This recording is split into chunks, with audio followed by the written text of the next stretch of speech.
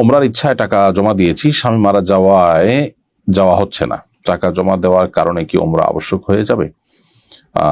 উত্তর হলো যে টাকা জমা দিলে ওমরা আবশ্যক হয়ে যায় না। স্বামী মারা যাওয়ার কারণে আপনার ইদ্যত পালন করতে হবে, এখন আর ওমরা যাওয়া হচ্ছে না, তাহলে আপনি টাকা ফেরত নেবেন এবং আপনার ওমরা যেতেই হবে টাকা জমা দেওয়ার কারণে, এমন কোনো বাধ্যবাধকতা নেই। পরবর্তীতে আল্লাহ যখন তৌফিক দিবেন ওমরা যাবেন। এরপরে প্রশ্ন হলো, আমার রুমমেট হিন্দু, তার টেবিলে সবসময় প্রতিমা থাকে, এ রুমে নামাজ হবে কিনা?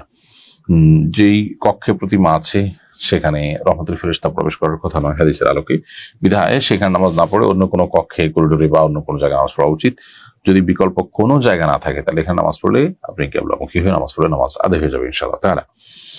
বিয়ের পরে মেয়েরা যদি বাবার বাড়িতে 15 দিনের কম থাকার নিয়তে আসে তাহলে কি কসর করবে? বিয়ের পরে মেয়েরা বাবার বাড়িতে আসলে মেহমান হিসেবে আসে, এটা তাদের স্থায়ী কিংবা বর্তমান ঠিকানা হিসেবে বিবেচিত হয় না, যার ফলশ্রুতিতে সেখানে তারা 15 দিনের কম থাকলে সেটা মুসাফির হিসাবে তারা গণ্য হবেন এবং কসর করবেন। নামাজের মধ্যে ঢেকুরের সাথে খাবার চলে আসলে নামাজের বিধান কি? ঢেকুরের সাথে যদি সামান্য খাবার চলে আসে, ওটা পেটের ভিতরে গিলে গেলে অসুবিধা নেই। যদি অনেক বেশি খাবার চলে আসে তাহলে সেটা গিললে নামাজ ভঙ্গ হবে, নষ্ট হবে। যদি বেশি সেটা বের হয়ে আসে গলা থেকে মুখের দিকে, তাহলে সেক্ষেত্রে সেটা আবার গিলে ফেলাটা নামাজ ভঙ্গের কারণ হতে পারে। আর যদি বুটের দানার মতো এরকম অল্প স্বল্প খাবার উঠে আসে, সেটা খেয়ে ফেলে নামাজ নষ্ট হবে না।